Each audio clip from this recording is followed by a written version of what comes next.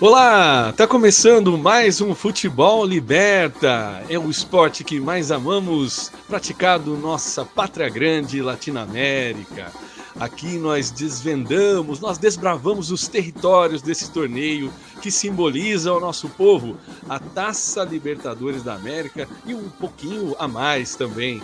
Já estou aqui com a minha equipe pronta para discutir mais um pouco de futebol e também aqui da sociologia do nosso continente. Deni Rubo, Douglas Dias, Jonas, o pequeno gafanhoto e também Marcelo Bezerra. Já o Jonas já oficializado agora aqui como nosso quinto elemento.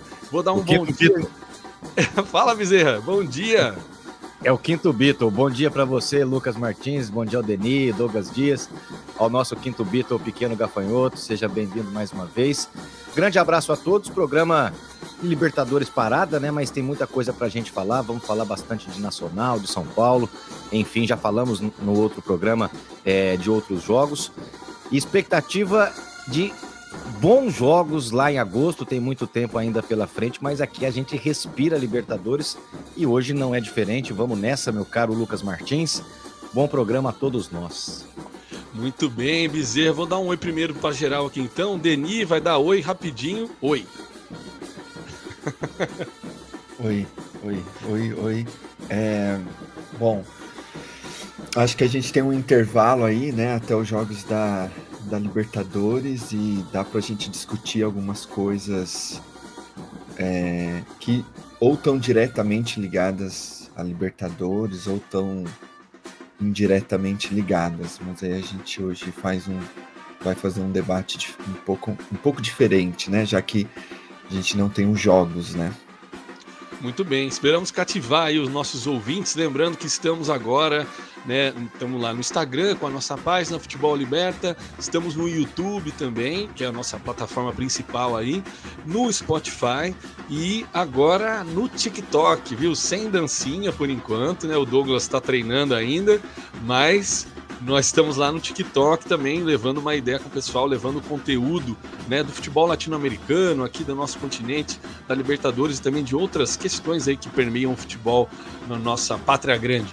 Douglão, bom dia, estamos aqui de novo. Hoje é sábado, dia 29 de junho, finalzinho do mês, está aí na ansiedade para voltar à Libertadores e enquanto isso, esperando aí se o Flamengo vai deslanchar de vez no Brasileiro. O último resultado contra o Juventude não foi lá o que você queria, mas dá aí esse bom dia para nossa galera que está ouvindo, os flamenguistas de plantão aqui do Futebol Liberta. Bom dia aí ao Deni iluminado hoje, com a luz ali pegando novamente nele ali, novamente, sempre iluminado, Deni, pequeno gafanhoto agora oficializado aí, Bezerra, Lucão, grande abraço aí a galera que acompanha a gente aí no Futebol Liberta. Tamo aí, né, tamo aí nessa pausa da Libertadores, torcendo aí, acompanhando o Mengão esfacelado aí no Brasileirão, mas conseguindo resistir entre mortos e feridos aí.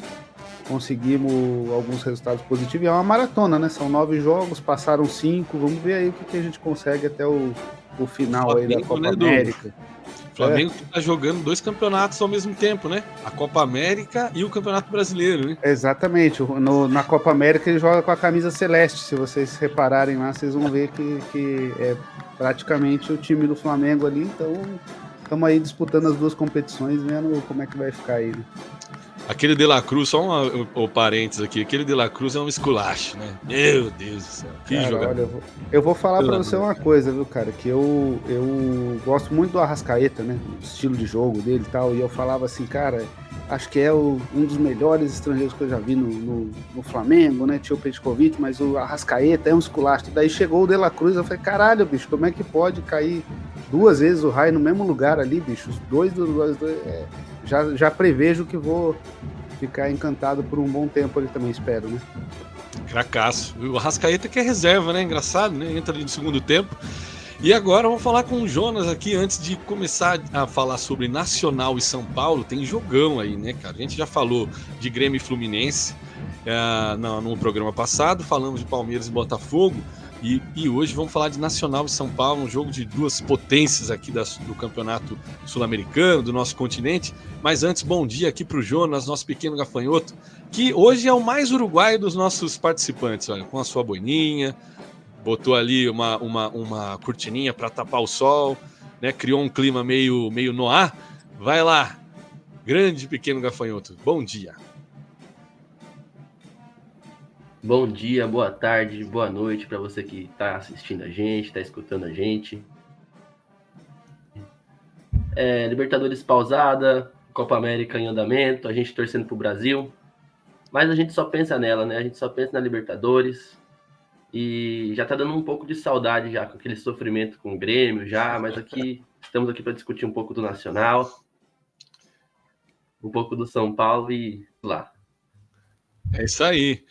Agora, engraçado, antes da gente começar aqui, até tá para sair um videozinho nas nossas redes sociais.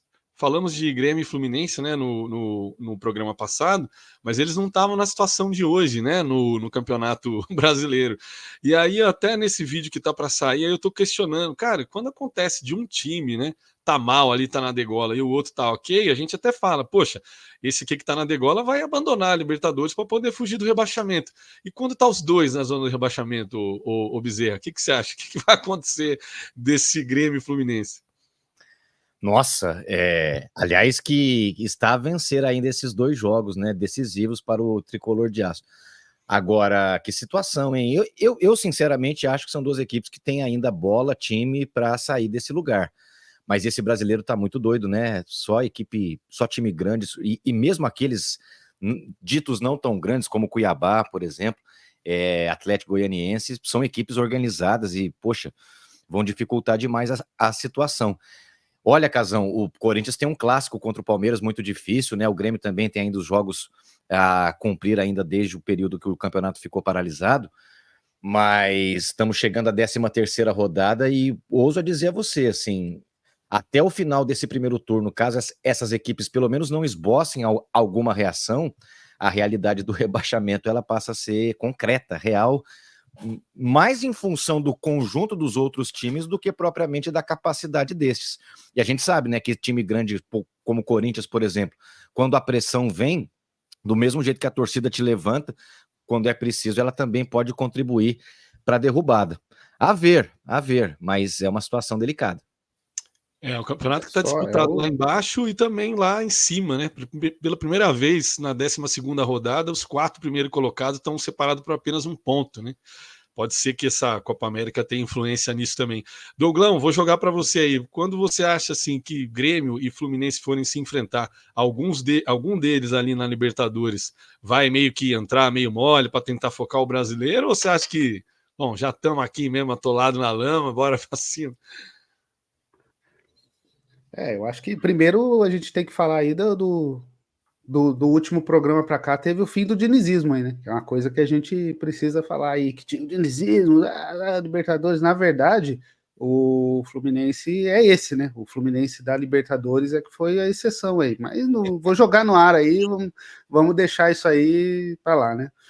Eu acho, cara, que esse jogo vai ser aquela conhecida briga de foice no escuro, né, rapaz? Que é ali os dois ali. Eu acho que o Fluminense, por exemplo, tá numa situação muito complicada, porque em 12 rodadas aí, né, ganhou um jogo e agora para chegar nos 45 pontos, que é o que o pessoal fala ali, que é o limiar ali para você escapar do rebaixamento, precisa ganhar 13 das rodadas que vem pela frente aí, então é uma situação bastante complicada. O Grêmio ainda tem a vantagem dos 2 jogos atrasados aí, né? Vantagem entre aspas. Eu ainda acho, né? Falei isso no último programa e repito agora, ainda acho que o Grêmio, pelo histórico aí, pelo que foi na Libertadores mesmo aí, né? A recuperação do Grêmio e tudo mais, eu acho que ainda tem ligeira vantagem aí sobre o Fluminense, mesmo com o fim do dinizismo aí agora, deve, né, mudar muita coisa aí, com o técnico que chegar, a gente não tem como fazer aí a futurologia que o Denis gosta de fazer aí, mas eu acho que ainda vejo o Grêmio com uma ligeira vantagem aí ainda. É isso aí, acho que o Jonas concorda, né, Jonas? Grêmio com ligeira vantagem? Viu, Lucão? Acredito que não. Acredito que há um equilíbrio aí das forças. E só para contextualizar também o lado lá de Porto Alegre, muita contestação em cima da direção O Jonas está dando uma gremista e travadinha. pode até ser o fim também. A minha internet está bem ruim, gente, desculpe. Tranquilo, vai lá. Pode até ser o fim do vínculo do Renato. E aí, será? A direção Será mesmo, que a gente vai ter Eita, uma Guerra, equipe notícia, sem técnico? Antônio primeira Rui, mão, hein? sendo Primeira mão. Nossa, protestos lá em Porto Alegre, faixas pela cidade. Eita. Eu vejo discussão também da torcida querendo se reunir na frente do CT. Muita contestação em cima do elenco limitado também, de certo. nomes como JP Galvão, como Natan Pescador. Então tá um clima muito, muito ruim lá no Grêmio, muito ruim. E é curioso, só sobre isso rapidinho, Claro. E é curioso porque tanto o Grêmio e principalmente o Fluminense são dois elencos que eles foram montados, formatados nos últimos anos com a cara dos seus treinadores, né? Então, cria-se uma situação muito difícil para quem vai chegar, dado o grau já de condicionamento tático que esses times têm com relação aos seus treinadores. E no caso do Fernando Diniz, ainda mais aguçado isso, porque a gente sabe que tem toda uma preparação física específica para um tipo de jogo, para um tipo de movimentação que é bem fora da curva, né? E outro ponto que eu acho bem interessante, que talvez num outro programa a gente possa debater no contexto da Libertadores, e essa última rodada eu acho que foi bem exemplar nesse aspecto, é porque criou-se nos últimos anos, vem ganhando muita força essa tese da tal espanholização do futebol brasileiro a partir de Flamengo e de Palmeiras, né? Pelo poderio econômico, pela sequência de revezamento de títulos nos últimos anos do Campeonato Brasileiro. Enfim, essas duas equipes estão sempre chegando, isso é um fato, é incontornável, né? São dois elencos poderosos, financeiramente muito poderosos também. Mas essa rodada última do Campeonato Brasileiro, com a derrota do Palmeiras e com a derrota do Flamengo, para Juventude e Fortaleza, eu acho que coloca um tempero e um ingrediente muito interessante nessa discussão, no sentido de não há uma espanholização do futebol brasileiro por razões várias, né? Não só pelo ponto de vista econômico, mas acho que nós estamos muito longe de chegar numa situação em que esse poderio atual de Flamengo e Palmeiras se efetive, por exemplo, nos moldes de Real Madrid e Barcelona, como é na Espanha, né? Então, acho que é um debate interessante para a gente pensar o próprio futebol brasileiro como um todo, né? A partir dessa tese, né? Que tem até a sua coerência, se você olhar apenas pelo lado dos títulos brasileiros nos pontos corridos recentes. Agora, por outro lado, tem outros tantos fatores, como, por exemplo, a força de times como Fortaleza, Atlético Goianiense, Cuiabá, enfim, né? Mas abre uma discussão muito interessante para pensar o próprio lugar, né, e o contexto do futebol brasileiro atual. É sui generis, né? Eu acho que o Brasileirão né, a tradução é sui generis, assim, não tem nada parecido, né? É um dos mais disputados mesmo no mundo e o nível das equipes é muito parelho no final das contas. E a gente pode trazer isso sim para o próximo programa, para os próximos programas. Minha gente, mandar aqui um abraço, né, para o pessoal que está nos ouvindo, mas especificamente para essa semana, para uma amiga que me enviou uma foto dizendo que estava. Que foi, Bezerra? Que houve? O que aconteceu? Caiu todo mundo para mim aqui. Aqui também. Eu até falei, tá todo mundo bem aí, caiu tudo. Deve ter sido na sua internet aí, como você é o host, deve ter tido alguma oscilação e caiu para geral, então. Porque para mim todo mundo ficou tudo girando. Eu achei que era a minha internet aqui, rapaz. Eita, caiu tudo. Para mim aqui tá normal ainda. Bom, o computador está conectado. Bom, muito tá bem. Normal. O programa tá normal, Bezerra? Muito bem. Deu a CIA vendo o que está sendo falado aqui. Não, o que eu dizia é para mandar um abraço, né, para uma amiga que mandou uma foto para a gente durante a semana, a Bruna, que é palmeirense, e mandou uma foto para a gente que ela estava ouvindo no carro, né, o Futebol Liberta. Achei bem bacana, então fica aí um abraço especial para a Bruna também, aqui, moradora de São Paulo. E agora vamos lá, vamos falar de um dos próximos jogos da Libertadores, que para mim tende a ser daqueles que vai chamar atenção pelo encontro de grandes potências, né, do nosso continente. Nacional do Uruguai e São Paulo vão jogar dia 15 de agosto, ainda tem um tempo ainda, tá, Bezerra? Pode ficar ansioso mais tarde, tá? Vai ser um jogo às 19 horas lá no Gran Parque Central. Essa primeira partida, a partida de ida. Eu trago aqui algumas informações do Nacional, até para a gente cumprir com um pouco da nossa intenção do Futebol Liberta, de também dar visão, né, para outros times aqui do continente. Às vezes, né, praticamente na imprensa brasileira, é muito difícil, né, você ter as notícias dos outros lados aqui da fronteira, né? O Nacional, assim como o Fluminense e, né, talvez aí o Grêmio, como trouxe o nosso amigo Pequeno Gafanhoto, ele também demitiu seu técnico no último dia 10 de junho. Álvaro Recoba não é mais técnico do Nacional. Realmente o Nacional teve uma primeira metade de campeonato uruguaio muito inconstante, né? E Peñarol ganhou com o pé nas costas, né? O Abertura. O campeonato uruguaio está parado nesse momento. Volta no dia 7 para o torneio intermediário, né, que eles chamam. Entre o Abertura e o Clausura tem esse pequeno torneio que é o intermediário. O Nacional aproveitou então essa parada para tentar dar uma reformulada aí na casa. E quem assume o comando do Nacional agora é o técnico Martín Lasarte. A terceira passagem dele pelo Nacional. Ele já treinou o Nacional também ali no começo dos anos 2000, foi campeão uruguaio em 2005, depois voltou para o Nacional em 2016, quando também foi campeão uruguaio, e agora tem essa terceira passagem. O Martín Lasarte, pessoal, ele é uma figura importante para o Nacional. Ele estava há 2 anos, né, desempregado, treinou a seleção do Chile, né, mas deixou a seleção do Chile em 2022. Ele passou pela Universidade do Chile também, mas eu queria dizer que ele é uma figura importante na história do Nacional pela carreira dele como jogador. Ele estava naquele título, né, da Copa Libertadores da América de 1988, né, jogou no Nacional de 1988 e também depois foi campeão mundial, né, ou intercontinental, não sei o que o pessoal gosta mais de chamar aí, Copa Toyota, Campeonato Mundial, mas estava naquele título mundial também, obviamente, eu acho que é mundial, do Nacional em 1988. Aqui já deixei a provocação aqui. É porque ele é São Paulino, então ele vai defender Mundial, vai. Mundial, né, Bezerra? Você achou que eu fosse falar o contrário, né? Não, eu acho que é Mundial também. Eu respeito a Copa Toyota, é Mundial, gente. Calma, calma. A FIFA aqui é uma bagunça, né? Não dá para acreditar na FIFA, né? A FIFA que é a grande culpada, é Campeonato Mundial. Mas o Martín Lasarte, ele estreou com vitória antes de ter essa parada e alguns dados interessantes. Foi a primeira vez, né? Esse primeiro jogo, a primeira rodada do campeonato intermediário, foi a primeira vez, vocês não vão acreditar nesse dado aqui, foi a primeira vez em 27 partidas que o Nacional repetiu uma escalação. Você acredita que durante 27 partidas, durante o reinado aí do Álvaro Recoba, o El Tino, o Nacional do Uruguai não tinha repetido uma escalação? É impressionante, né?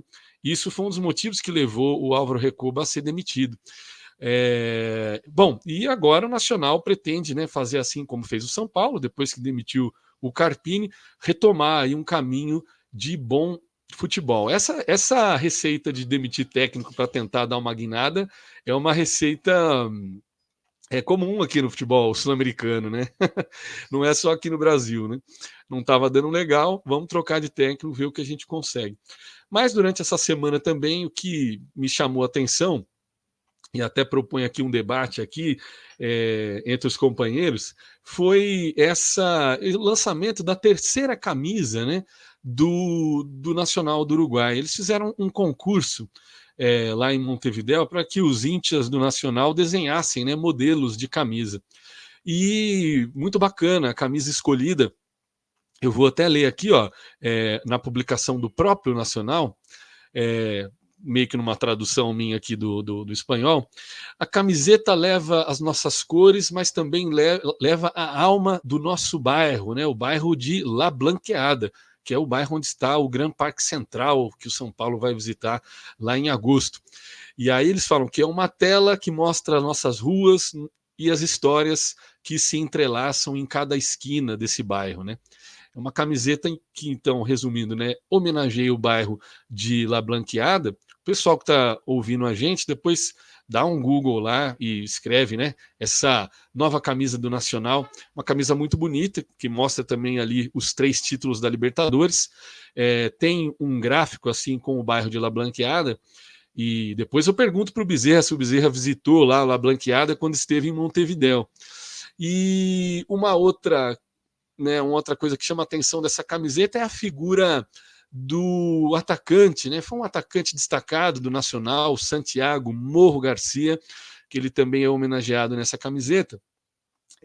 O Morro Garcia, ele teve até uma passagem aqui pelo Atlético Paranaense em 2011, né? Mas ele teve um final de história triste, né? Por isso que vem essa homenagem. Ele não conseguiu vencer a batalha contra a depressão, sofreu durante muitos anos com a depressão, e aí a gente soube da morte dele em 2021, naquele contexto ainda da pandemia também, uma questão muito triste. Vamos começar a conversar aqui todo mundo sobre esses temas, né? Primeiro, o que vocês acham dessas camisetas aí que o torcedor pode fazer o design e essa história, né? Achei bem bacana de homenagear o bairro La Blanqueada. É interessante que você procura aí na internet, né? Ou façam, se você não tem como ir até Montevidéu, façam um passeio virtual aí pelo bairro, pelo Google Earth, o bairro do Grand Parque Central, e vocês vão ver que se parecem muito com bairros brasileiros, assim, se for comparar aqui em São Paulo, me lembra muito o bairro do Belém, ou aquela parte mais antiga do Tatuapé, sabe? Umas casinhas de trabalhadores, é um bairro bem simples, bem operário mesmo, e eu lanço aqui o debate para vocês. Como a gente não está podendo falar do futebol jogado, vamos falar dessas questões sociais, né? Bezerra, você viajou até Montevidéu, conta um pouquinho para a gente da sua experiência, e se você quiser entrar nesse assunto também do São Paulo, pode já dar início a esse bate-papo. Aos nossos companheiros aqui, vocês estão aí pronto para intervir a hora que vocês quiserem, tá bem? Legal, Casão, legal.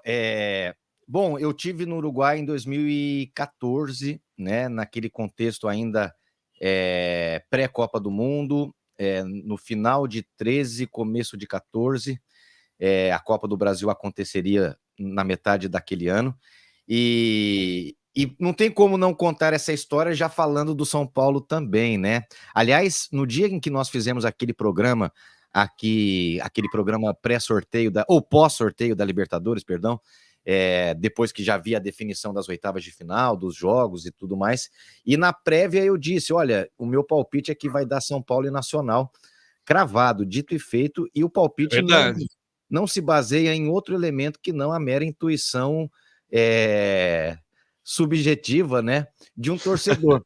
Isso porque o São Paulo e o Uruguai, mais até do que o Nacional, mas a nação uruguaia como um todo, existem relações históricas, né? Históricas entre essas duas equipes que permeiam, inclusive, esse fator que eu vou comentar sobre a minha viagem para o Uruguai. Quando eu fui para o Uruguai, havia saído aquela série de documentários do Lúcio de Castro, né? E eu queria uma camisa de futebol e fui até uma loja especializada em artefatos de futebol, e solicitei o que eu queria, uma camisa dessa cor aqui que eu estou vestindo hoje, né? Do Defensor, né? Aí o vendedor olhou para mim assim, mas do Defensor, né? Da onde você veio? Do Brasil e tal?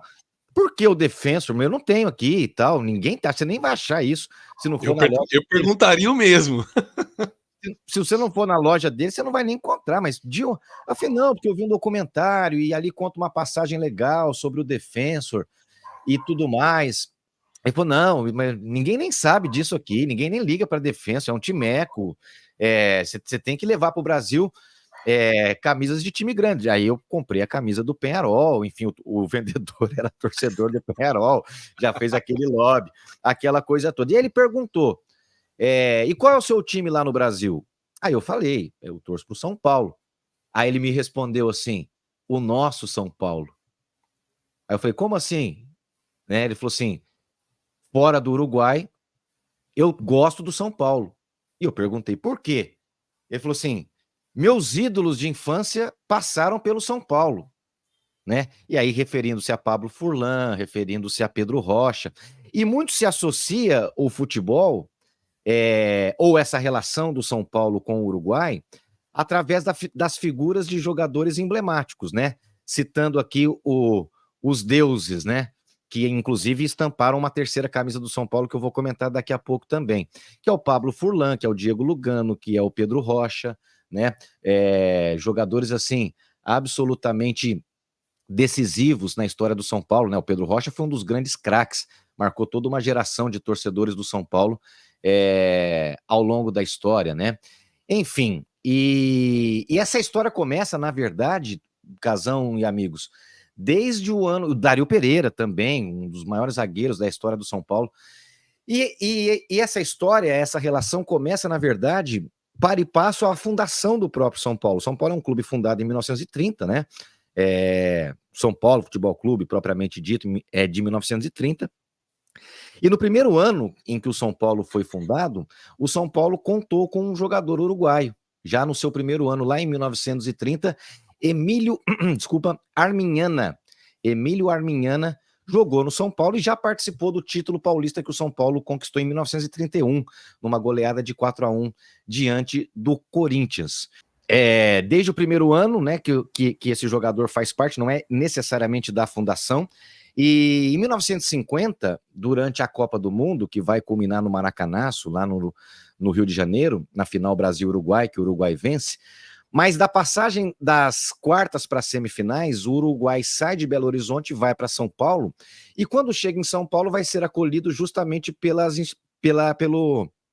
estrutura do São Paulo Futebol Clube, que à época ficava onde hoje é o estádio do Canindé, hoje estádio da Portuguesa de Desportos, outrora foi casa do São Paulo. São Paulo vai vender anos depois o Canindé para a Portuguesa para poder construir o Morumbi, e nessa passagem é aí que se cria um vínculo e um nexo muito orgânico entre essas duas equipes. Por exemplo, eles vão se hospedar e vão ter toda a estrutura do São Paulo. Eles usam uniformes e roupas relativas ao São Paulo nesse mesmo Mundial de 1950, certo? Cria-se uma relação, o Uruguai vai ser campeão, né? 2-1 diante do Brasil, né? O gol do Didia lá, famoso gol e tal. E aí cria-se um vínculo tão forte que, por exemplo, o Uruguai, a Federação Uruguaia, vai presentear a cozinheira do São Paulo e o massagista do São Paulo, que era um casal com quem eles criaram muita amizade, vão presenteá-los com camisas do Uruguai e com uma viagem, veja você, para Montevidéu, para que o casal pudesse ir ao Uruguai. Então, e nesse mesmo Mundial de 50, veja você, que aproximou-se, por exemplo, então, no jogo da final, era possível ver jogadores da seleção uruguaia usando, por exemplo, artefatos short, camisa, coisa de treino do São Paulo, né, no próprio Mundial. E aí, obviamente, né, criou-se entre as instituições um vínculo, um nexo, né, uma relação de amizade. E isso vai ganhar um tempero ainda maior com a presença desses jogadores uruguaios, que são considerados deuses, né, os deuses da raça uruguaia, né? O São Paulo, em 2014, vai, inclusive, fazer uma camisa especial, né, com menções nas cores da Celeste Olímpica, das cores da seleção uruguaia, muito legal. E bem na época em que o São Paulo contrata, não sei se vocês vão se lembrar, daquele lateral esquerdo, Álvaro Pereira, El Palito, Palito Pereira, que vinha da Inter de Milão na ocasião. E aí, na entrevista coletiva, ele é perguntado: você sabe da história do São Paulo com os uruguaios?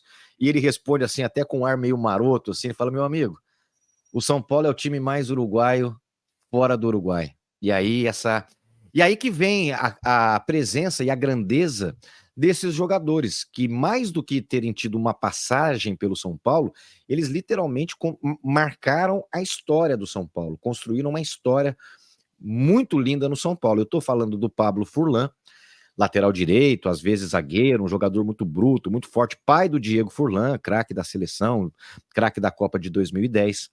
Estou falando do Pedro Rocha, um dos maiores camisas 10 da história do São Paulo. Claro que nós não vimos jogar mas eu me recordo vivamente, eu sou São Paulino por conta da figura do meu falecido avô, meu avô Bezerra, que faleceu em 1995, e eu me recordo muito vivamente do meu avô contando histórias do Pedro Rocha, né? Na época, o Raí era o grande craque do São Paulo, e o meu avô sempre falava, mas bom mesmo, camisa 10, bom mesmo era o Pedro Rocha, o uruguaio, etc, etc, etc, que foi, assim, um cracaço, mas um cracaço mesmo, inclusive, esse funcionário da loja que eu me referi há pouco, que já era mais velho que eu e tal, o ídolo dele, que ele se referia, era justamente o Pedro Rocha, né? Dário Pereira, dispensa comentários, né? Um dos maiores zagueiros da história, formou uma das maiores duplas de zaga da história do futebol brasileiro, junto com Oscar e Dário Pereira, uma dupla de zaga lendária, né?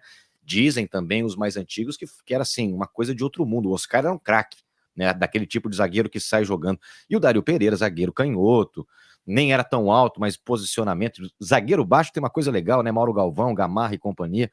E o Dário Pereira era um desses, assim, são aqueles zagueiros clássicos, né? Bom posicionamento, não é batedor, não é falteiro pra caramba, enfim.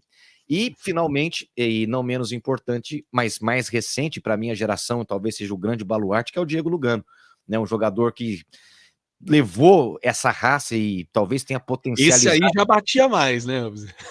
Esse batia mais, mas veja você que interessante, Mas né? era muito bom, ele era muito técnico Apenas também. uma expulsão em toda a passagem dele pelo São Paulo, o Diego Lugano teve uma expulsão. Uma. Veja você que fato curioso. Batia muito, jogava com muito duro, Mas ele muita sabia raça, bater, né? sabia bater. E saber bater é uma arte com todo, né, com todo o perdão aqui da expressão, né? Aqui nós estamos num ambiente Só no futebol, tá, gente? Só no... contexto futebolístico, né? E o saber bater no futebol significa saber se proteger, Claro. proteger a bola, às vezes uma mão escapa daqui. E o saber bater na Libertadores é uma arte tanto ainda. Nossa, é um capital. Não, É um na capital, Libertadores, o saber bater é uma arte uruguaia. uma arte uruguaia. Tanto é que aqui a gente pode trazer, né, a própria figura do Felipe Melo, quando ele solta aquela pérola da tapa na cara de uruguaio, né? É claro que é uma frase violenta, desculpa, que contém até um tanto de xenofobia, né? De uma figura que acho que aqui estamos em casa para dizer, o Felipe Melo não é o melhor exemplo.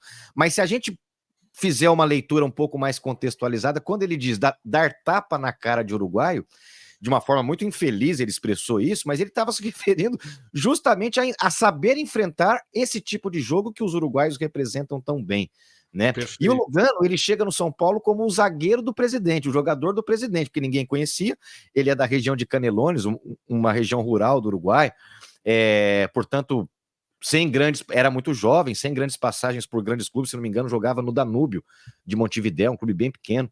E ele, de um zagueiro desconhecido, de jogador do presidente, ele se transforma num verdadeiro ícone do São Paulo, justamente por personificar naquele ano de 2004. Em 2004, o São Paulo é eliminado do Once Caldas, de uma forma lastimável, minutos finais, enfim.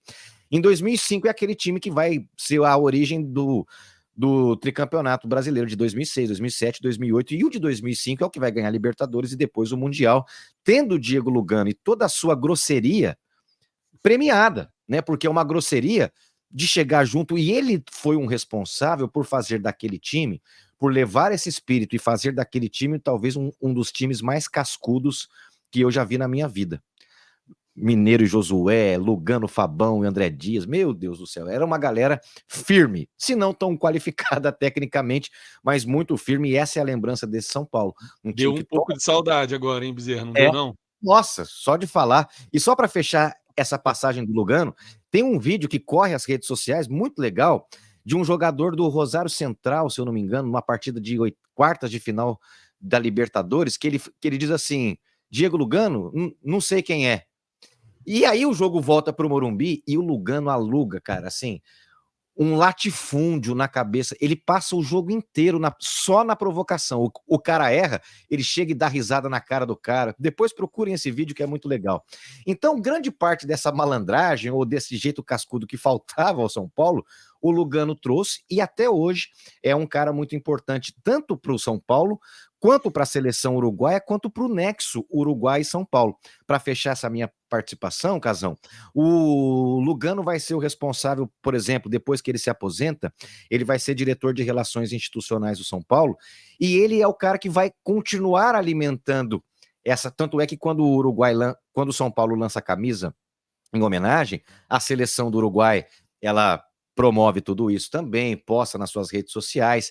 Então o Lugano, ele foi uma espécie de arquiteto, um mantenedor, digamos assim, do valor simbólico dessa relação de São Paulo e Uruguai, porque ele, institucionalmente falando, tanto pelo cargo que ocupava na seleção, como o cargo que já ocupou no São Paulo, ele ajudou a dar a cara, a alimentar, a fortalecer esse vínculo do São Paulo como o mais uruguaio dos times fora do Uruguai. Então, é uma relação bonita, é uma relação, eu, como torcedor, alimento demais essa relação, o próprio Gonzalo Carneiro, que agora veste as cores vai enfrentar vocês, hein? Exato, foi um jogador que eu torci muito. Fiquei triste quando o Palito Pereira, por exemplo, foi embora do São Paulo, ele veio por empréstimo, teve uma passagem curta, porém muito consciente dessa relação, vale dizer.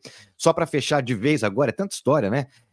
O Palito Pereira, por exemplo, ele faz um jogo pela seleção uruguaia, na Bolívia, se não me engano, e num gesto de heroísmo, assim, o São Paulo tinha um jogo importante, ele pega um avião, chega, assim, na boca da noite para o jogo, né, assim, na véspera do jogo, todo esforço, toda a luta, vai para campo, e o Rogério o contempla nesse jogo como o capitão do time. Em outra ocasião, ele se machucou, desmaiou dentro de campo, teve um choque de cabeça, caiu no chão, desmaiou, e mesmo desmaiado, ele fez força para entrar em campo, jogou e foi decisivo, defensivamente falando. Então, assim, é um jogador que teve passagem curta, acho que não mais que 6 meses, mas assim, Casão, o suficiente para fazer, assim, talvez dar vida, quem talvez tenha personificado toda essa história foi o Álvaro Pereira nessa passagem de 6 meses, aonde ele sabia o que ele estava vestindo, o que ele estava fazendo e o que representava a sua presença junto ao São Paulo Futebol Clube. Então são histórias muito legais, muito bacanas de serem contadas e talvez isso endosse ainda mais, né, dê a esse jogo das oitavas ingredientes ainda mais legais para a gente curtir o jogo. Ah, mas sem dúvida. Além vai como da cobra, né?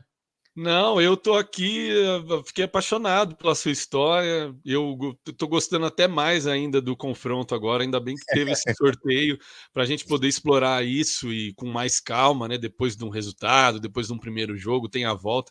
Acho que a gente agradece aqui por essa aula mesmo de São Paulo, de história, Imagina, e principalmente de fazer essas conexões entre coisas que às vezes o brasileiro esquece, mas é que ele faz parte de um continente que os países trocam raízes e experiências, né? É ruim, assim, eu acho que a maior missão do Futebol Liberta é essa, olhar para dentro, né?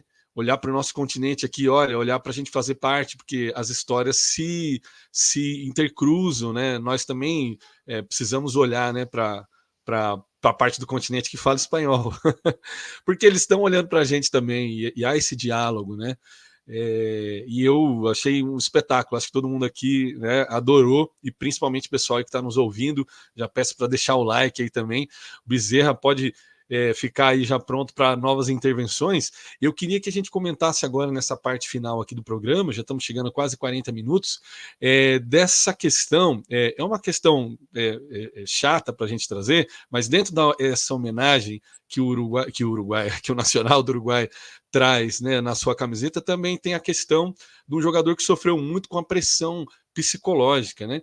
Eu acho que debate entre a gente aqui do Futebol Liberta, não foi para o ar ainda, mas essa questão de a gente estar vivendo um peso muito grande, né? Em cima dos atletas e tal, e tem horas que eu acho que até é meio chato, viu? E isso, assim, eu e o Deni, a gente tem uma tese, o Deni vai explicar melhor. Muito do que se traz dessa pressão, obviamente tem essa questão, hoje a gente está num mundo mais violento, mas essa produção sobre futebol independente, ou mesmo dentro da grande mídia, para o público, ela está se pautando muito no embate, né? Na violência, na crítica mais forte, no desrespeito ao trabalho dos profissionais. Acho que isso acaba impactando grande, né, os atletas. O Morro Garcia, como eu falei, perdeu essa batalha para a depressão em 2021, infelizmente, é homenageado agora pelo Nacional do Uruguai, o time que ele se revelou. Mas em 2019, na fase de grupos, ele guardou 2 contra o Palmeiras, o Denis vai lembrar. Godoy Cruz 2, Palmeiras 2. Foi um daqueles jogos que o Godoy Cruz abre a vantagem de 2-0 muito rápido no placar. Eu assistindo o jogo falei, hoje vai pro brejo, né? E o Palmeiras, que não era o Palmeiras do Abel ainda, buscou dentro ali das possibilidades empatar o jogo. E o Praz, nesse jogo aí, ele pega um pênalti do Morro Garcia e garante aí um empate para o Palmeiras. Foi um empate bem importante nessa Libertadores, que foi a de 2019, que o Douglas deve gostar muito. Agora eu vou poder falar do Flamengo, Libertadores de 2019, poxa vida, né? Terminou tão feliz para os flamenguistas, olha lá, o pôster do Douglas. Mas nessa época não tinha o Jesus ainda, viu, Douglas? Foi no primeiro semestre, vocês estavam sofrendo na mão do Abelão ainda. O Abelão, clássico. É um clássico. Mas queria deixar aqui para o Denis aproveitar esse jogo específico Godoy Cruz Palmeiras, Godoy Cruz 2, Palmeiras 2, para a gente entrar nesse assunto do Morro Garcia. Denis, o que você acha dessa pressão e desse ambiente meio nocivo que a gente está tendo no jornalismo muito forte nesse último período, né? Bom, primeiro só, enfim, agradecer aí a narrativa aí do Bezerra aí sobre São Paulo e Nacional. Eu acho legal, assim, esse tipo de tema, de conteúdo, eu acho bem mais produtivo, assim, né? Porque, porra, São Paulo e Nacional, cara, uma Libertadores de São Paulo e Nacional. Então, assim, tem muita história, são 2 times históricos na Libertadores, né? Eles têm ali uma importância, e eu tenho certeza que tanto no Uruguai quanto em São Paulo, né, os estádios vão estar muito cheios, vai ter aquela pressão, vai ter todo aquele ambiente. Talvez hoje a gente tenha um pouco de... a gente olhe, né, tanto Penharol quanto Nacional como equipes mais frágeis, né, por não ganharem aí há mais de quase 40 anos, mas são times assim que foram muito fortes, né, nos 60, 70, 80, muito fortes. Então é legal sempre ir recapitulando, né? E o Uruguai é também uma parte assim do coração da Libertadores, assim, de maneira muito forte, né? O primeiro título de um time na Libertadores, né? Do Peñarol, né? Então o Uruguai tem um papel muito grande e tem uma identidade, assim, né? Muito fácil de identificar ali no futebol, né? Mas, enfim, para responder a tua pergunta, acho que algumas coisas que a gente conversa, assim, né, nos bastidores, assim, o jornalismo esportivo, né, ele mudou de 10, 15 anos para cá, ele é uma revolução, assim, né, pelas mídias sociais, pelas redes sociais, né, então a coisa mudou muito. E aparece, né, esse segmento, né, que que, de certa maneira, a gente até faz parte disso, né, a gente é parte disso, mas o segmento de torcedores, né, ou grupos de pessoas que não são jornalistas esportivos, que começam a abrir seus canais e passam a comentar sobre futebol, né? E aí você tem isso um mercado, né? Um mercado disso. Ou as pessoas fazem isso mais individualmente, ou elas fazem em grupo, e também você tem também o aparecimento das pessoas que assistem os jogos, né? Aí elas gravam, editam e jogam, né? E a gente percebe assim o grau elevado de visualizações, né? Então, me parece que tem 2 coisas nisso, né? Uma é o entretenimento, assim, né? Quer dizer, você assistir ali o seu adversário, o cara que torce, seu rival, né? O cara ficando nervoso com seu time, né? É um entretenimento que a gente gosta de consumir, é divertido. E eu acho que isso, enfim, ok, faz parte, assim, do jogo, assim, né? Mas eu acho que tem uma coisa que me parece que é mais... Primeiro assim, né? Você aumenta isso, você tende também a vulgarizar os comentários, né? E eu acho que no caso, assim, o que mais talvez me pega são as pessoas quando termina o jogo, né? Então os torcedores vão comentar quando imediatamente termina o jogo do seu próprio time, né? Ele faz uma live, faz um story, enfim, grava simplesmente um vídeo no YouTube, né? E você, em geral, quando você está assistindo o seu time perde, né? Você fica absolutamente aborrecido na hora, né? Quer dizer, o grau de aborrecimento seu tá muito ali, tá elevado. E aí você faz esse vídeo, né? Você vai ficar cuspindo abelha o tempo inteiro, assim, né? E nessa cuspida é a raiva ali, né? Regurgitada e cuspida, né? E assim, isso dá, evidentemente, visualização para esse tipo de comportamento, né? Então, a pessoa irritada, a pessoa ali ácida, a pessoa xingando, né?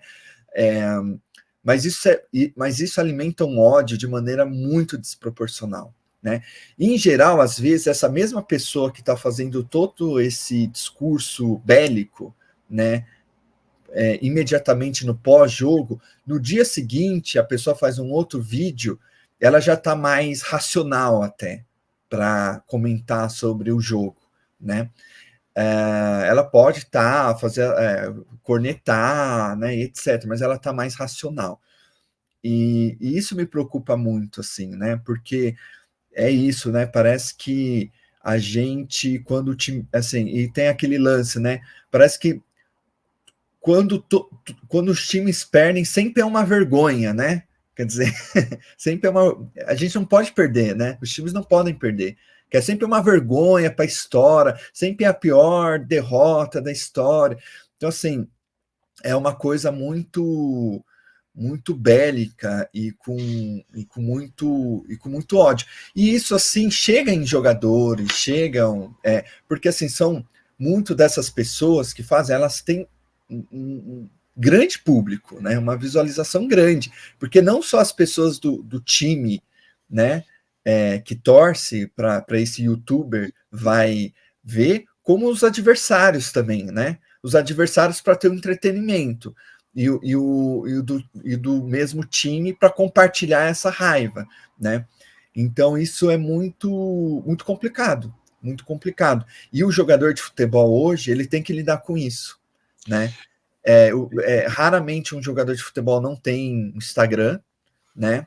E aí vai o jogador se ele ali limita os comentários ou não. Mas a gente sabe que tem jogador que se alimenta desses comentários, tanto os elogiosos quanto as críticas, né?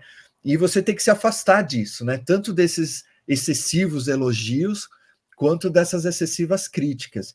Isso não é fácil. E é por isso que não é por acaso que isso vai aumentar, que os clubes estão começando a se abrir para que tenha ali um psicólogo, uma psicóloga no time, né? Porque ela vai visualizar esse tipo de coisa, né?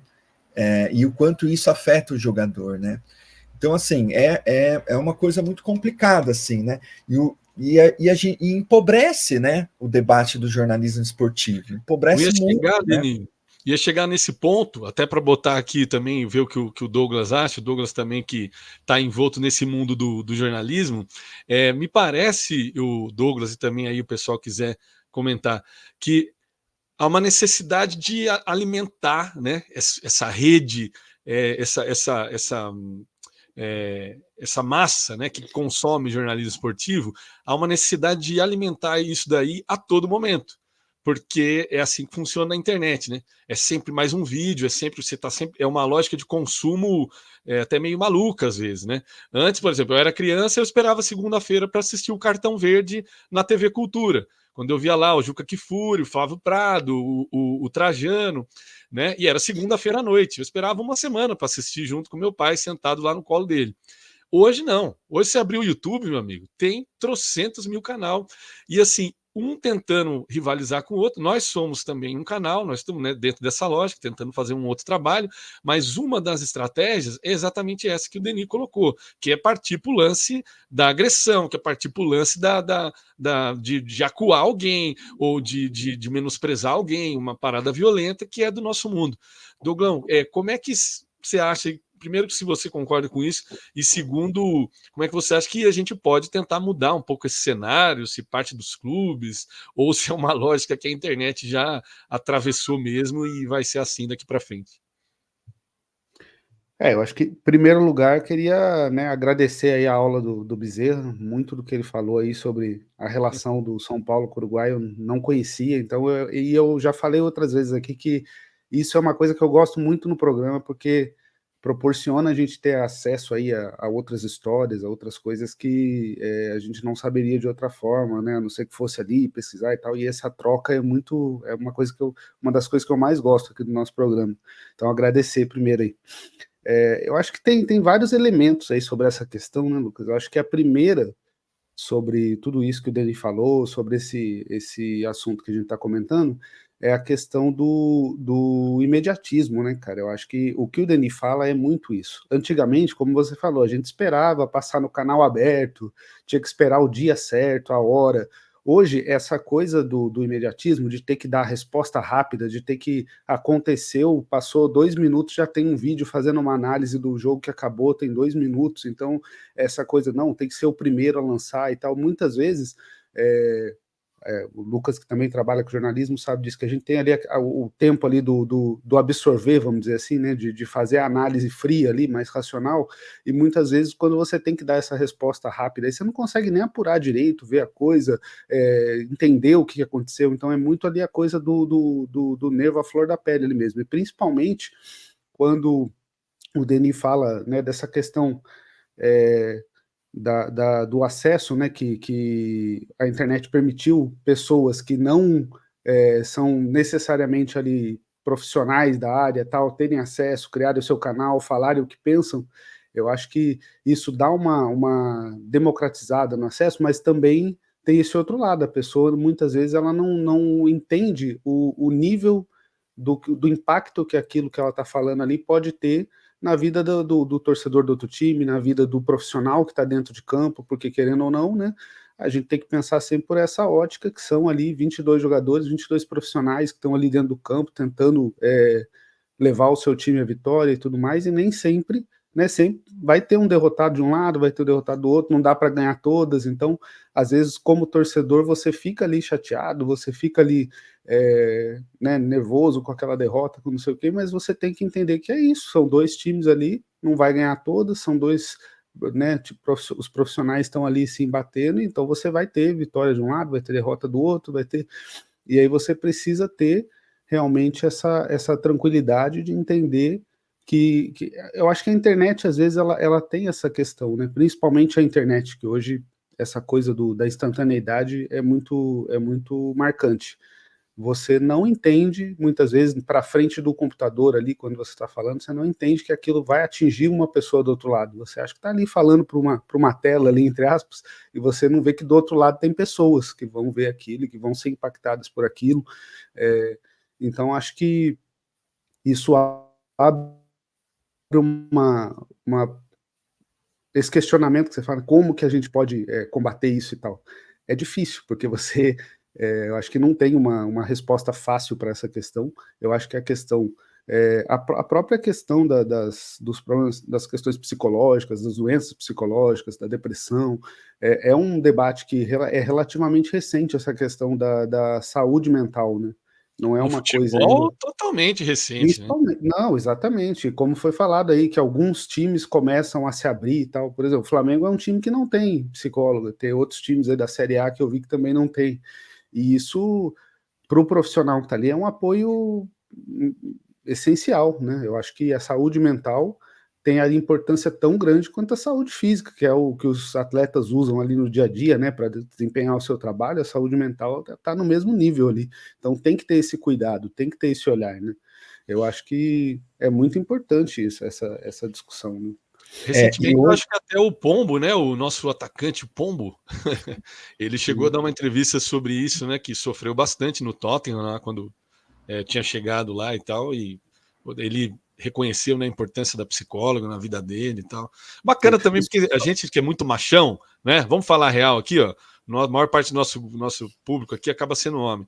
É muito machão, aí não, que psicólogo, não sei o que lá, não, o futebol é um meio machista pra cacete, mas tem uns caras que estão começando a romper isso. Deni, pra gente encerrar aí o programa, você tem mais uma coisinha para dizer? Só para fechar uma coisinha dessa coisa Boa, que eu queria falar, eu acho que assim, esqueci o que eu ia falar, rapaz. Puta Foi mal, foi mal. Não, é que tava aqui na ponta da língua, deixa eu fechar com isso aqui e esqueci. Se eu lembrar. Desculpa. Falha do âncora aqui. Mas vai Não, pensando aí que o tranquilo. Denis vai falar uma coisa aqui, você já vai voltar para tua memória. Beleza. Não, só dizer, né, enfim, complementar mesmo. Eu acho que antes, assim, o jogador, ele ficava chateado, essa pressão sempre existiu, né, no futebol, nos jogos, só que aí era aquilo, né, tipo, você jogava, aí você tem ali alguma entrevista que é meio tensa com jornalista, aí no dia seguinte tem a publicação do lance, aí você fica ali chateado, e é engraçado, né, que hoje em dia, né, a gente repara muito no discurso do jogador, né, todo jogador de todo time, ele praticamente sempre está fazendo um discurso que está todo mundo contra ele, né, é um discurso hoje muito comum, né, ou quando você ganha um título, né, vai entrevistar o jogador, tava todo mundo contra, ninguém acreditava na gente, né, e eu acho que isso é uma coisa, assim, né, uma hipótese, né, esse tipo de discurso muito frequente é as redes, né, quer dizer, é esse feedback instantâneo, imediato, né, de você, então você faz uma boa partida, você é um deus, você faz uma má partida, você é o diabo, né, e aí, como conviver com isso? Com essa gangorra, né, de que você é colocado. Por isso que você tem vários jogadores hoje, né, que são, apesar de todo o machismo que existe, toda essa questão da masculinidade que não pode se Assumir abrir, né? fraqueza, né? Se abrir para. Não pode, assim, explicitar que está frágil mentalmente, né? Hoje em dia você vê, né, que o futebol é um esporte de, assim, alta performance, jogadores, assim, fisicamente, assim, ali tudo calculado, né? Mas que essa geração é uma geração mais frágil, né? Mentalmente, né? Por conta de uma revolução no jornalismo, né? A gente está falando de também, antes você tinha os canais abertos, hoje você tem os canais fechados, você tem emissoras que transmitem futebol 24 horas por dia. Então, assim, se você não tem notícia, você precisa inventar notícia, assim, né? Você tem vários canais assim. Aí você tem também esse nicho dos YouTubers, dos torcedores, né? Então, assim, virou um pacote muito grande, né? E muito desse pacote que se coloca diante da câmera é um pacote de ressentimento e de recalque, de raiva, né? Então, não tem torcedor mais triste, tem torcedor com raiva só, né? Espumando, né? Não tem torcedor que de repente é cliente insatisfeito, né, Dani? É o cliente insatisfeito, né? O cliente que quer o seu dinheiro de volta, né? O cliente que quer seu dinheiro de volta. Então, isso é uma coisa que é necessário que a gente debata mais, né? E isso, inclusive, seria importante até que os clubes, né, pudessem trazer esse tipo de debate para dentro ali, né? De repente chama um palestrante, chama um professor, né? Para orientar melhor, que o jogador às vezes não sabe. Às vezes para o jogador, ele tem a rede social e para ele é aquilo ali, né? E se as pessoas estão falando mal, ele vai acreditar naquilo. Então, assim, é muito delicado. Para mexer com a cabeça do jogador é muito fácil, porque o jogador muitas vezes não tem esse preparo formativo mesmo, né? Para lidar com as Aí, coisas. São Denis, exceções, né? aí eu acho também, Denis, só para o Bezerra poder fechar aqui também, podemos investir numa reeducação dos torcedores, né? Aqui, já que a gente está nessa parada existencialista hoje aqui, já no Futebol Liberta, já caminhando para o finalzinho, vamos fazer uma frase assim, uma campanha, pelo direito de voltar a sentir a tristeza no futebol, que para mim, futebol 90% é tristeza. Ninguém Sempre ganha foi. campeonato brasileiro todo ano. Um pouquinho da sua vida você vai comemorar, o resto vai ser tristeza, frustração. E são sentimentos hoje que são muito repudiados por essa lógica que é necessário ser feliz o tempo todo, a vida é perfeita o tempo todo. E não é. A lógica da alta performance, né? O futebol pode te ensinar a lidar com frustrações, com tristezas, mas se você vê o futebol a partir dessa lógica. Bezerra, para fechar o nosso programa aqui, se o Douglas não lembrou ainda o que ele falou, que ele ia falar, desculpa, Douglas. Não, era só um comentário, que agora o Denis falando, eu me lembrei.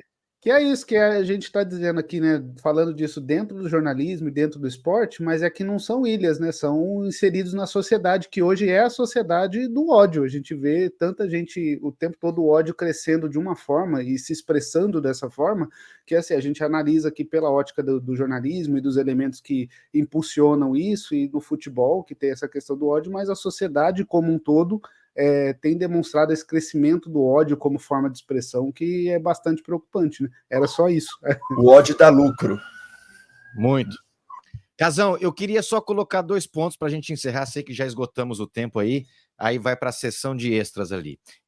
2 questões pontualmente, mas eu acho que são relevantes. Primeiro, a gente está falando do São Paulo e não tem como achar, né? Você trouxe o caso do Morro Garcia, que é emblemático, né? E muito triste, com um final muito triste. E não tem como a gente não citar o Alisson, né? Hoje volante do São Paulo, um jogador que recentemente expressou que ele viveu, por exemplo, e falo isso aqui porque ele, no programa Bola da Vez, falou com todas as letras, né? Ele flertou com o suicídio, ele viveu uma depressão por um bom tempo, algo que foi abafado para o público, mas foi tratado internamente, né? O Alisson sempre foi um jogador comum, sempre foi um jogador regular e até de pouca expressão do ponto de vista midiático, né? Um cara Grêmio, sempre foi aquele segundo atacante, caía para o lado, banco de reserva, e o Alisson se transformou talvez um dos maiores volantes do futebol brasileiro no presente. O que fizeram, assim, o que o tratamento psicológico e psiquiátrico e o acompanhamento do clube e a relação com a família trouxe de benesse para o Alisson é uma grandeza, e isso, assim, muito claramente repercutiu dentro de campo, dentro da vida dele, e no caso, sendo uma posição diferente. O Alisson deixou de ser atacante para ser um volante. A princípio, segundo volante, e hoje joga de primeiro volante na ausência do Pablo Maia. E é uma grande história de superação e do quanto que a psicologia e o tratamento e a terapia, vamos chamar aqui genericamente, trouxe do ponto de vista de educação e consciência do Alisson daquilo que ele estava sentindo. Porque é isso, a ausência de um acompanhamento, ela faz você pensar que você é fraco, ela faz você pensar que, pô, o mundo é foda, realmente muito maldoso, eu vou me isolar, e coisas do tipo. Então, não tem como não trazer o Alisson para essa discussão, porque ele talvez seja o caso, o exemplo mais bem sucedido de tratamento e acompanhamento da depressão e de outros males ligados à saúde mental. E o outro ponto para fechar, vocês sabem que além de professor do ensino médio, eu trabalho como narrador, e muito do que eu faço também são trabalhos em escolinhas de futebol, eventos locais, regionais, de criança, sub-11, sub-13, sub-15, né, em escolinhas aqui e acolá. E, senhores, assim, é triste e lamentável ver a educação que esses jovens estão tendo, sobretudo dos pais. Rapidamente, desenhe na sua cabeça, torcedor. É uma quadrinha com um alambradinho, aquela rede que protege, e do lado de fora, e são jogos transmitidos no YouTube, então tem o pessoal que está ali, tem o pessoal que está acompanhando de casa. O que os pais fazem, na sua maioria, é de uma falta de educação, é de uma ausência de consciência desportiva, brigam com o juiz. Cara, brigam com o juiz, brigam com o treinador, que é o professor da escolinha, o dono da escolinha, que separou, tem um time A, o time B, aqui eles usam nomes de times brasileiros, de times europeus, etc., mas é a mesma escolinha. Eles brigam, assim, de ofender, Eu presenciei isso há pouco tempo, presencio com muita frequência. Agressão a árbitro verbal, ofendeu o outro garotinho que deu uma chegada mais dura no filho dele, o professor da escolinha porque deixou o filho dele no banco e coisas do tipo. E são performances de nervosismo, de babar raiva, como o Denis falou, sui generis, assim, como um torcedor de uma torcida organizada, o seu time perdeu e ele tá lá, é desse jeito. E isso passa pra molecada, assim, da seguinte forma: caiu no chão, o juiz não deu a falta. Eu vejo isso acontecer. Um garotinho de 11 anos vai pra cima do juiz como vai o Luciano, sabe? Falar cara a cara. E, cara, então, assim, tem também a ver, e aí é claro que isso é muito mais amplo, muito mais genérico, mas tem a ver com a forma como nós estamos educando as nossas crianças para o futebol. A nossa geração, que hoje educa os seus filhos, é muito mal educada também nessa transição, Denis, dessa passagem do jornalismo para as redes sociais, os influencers. A nossa geração também se sentiu muito livre para embarcar nessa onda, sabe? Para babar a raiva e educar a partir dessa perspectiva. E isso passa para a molecada, sim. Isso esse espírito, ele é contagiante. Sim, é muito mais fácil proceder dessa forma. Você dá a impressão de que você luta por tudo, fez a falta em você, você não vai deixar passar barato aquela reclamação. Então, é uma cultura futebolística, ao mesmo tempo que a gente gosta tanto, né, que tem tanta vida, tanta magia, tanta brincadeira, o aprender a sofrer. Eu concordo com você, futebol é 90% sofrimento, tristeza e chateação. Os outros, por 10%, você goza um pouquinho. Agora, eu acho que essa questão educacional, e aí vai para a escolinha de futebol, vai para a escola regular, vai para os clubes e formação de base, e sobretudo, cara, para essa rapaziada que estão aí, e concordo com você, eles ganham 80, 100, 120, 200, 300 mil por mês, o que está muito distante de qualquer trabalhador, o que não dá o direito de ser achincalhado, mas dá o compromisso de você ser um trabalhador totalmente diferente de qualquer outra categoria profissional, qualquer outra. Eu sou professor de ensino médio e não consigo passar o mês com salário. Então, assim, não justifica o excesso de cobrança, mas também há de se exigir o cumprimento de certos papéis educativos. Então, por exemplo, tem que acabar essa coisa, por exemplo, que aconteceu com o Hulk, né? Merecidamente expulso. Ah, mas, cara, não dá para suportar um sujeito como o Hulk. É um craque. Alguém como o Neymar, ou outros exemplos, o próprio Luciano, joga no meu time. Mas assim, sofreu uma faltinha e vai, peito e cara a cara e dedo na... Que é isso, gente? Isso não pode... Então, é mais longe, eu sei, mas é igualmente importante porque tá tudo conectado e o futebol tem que ser uma paixão que envolve também a raiva, mas a gente tem que se educar para extrapolar a nossa raiva, só isso que eu queria dizer, porque acho que estava guardado, porque eu rodo muito campo de interior, cara, assim, série D de brasileiro, série A3, série A4, e as coisas que eu já fui achincalhado, eu já fui agredido por gritar gol, sabe? Já passei por situações assim extremamente violentas e desagradáveis de estar numa cidadezinha que aconteceu, por exemplo, onde foi mesmo? Acho que Taubaté. Taubaté, gritei o gol, levantou uma galera, tipo assim, grita abaixo. E grita abaixo uma ova, meu amigo. Eu tô aqui trabalhando, respeito. O outro time fez o gol e boa. Claro. Recentemente, o Carlos Batista, aqui da Band de Campinas, foi agredido, literalmente, com garrafas, etc., dentro da cabine do estádio Nabi Abichedin, em Bragança Paulista. Então, é um câncer no futebol brasileiro e as redes sociais, a internet, tudo isso potencializa ainda mais.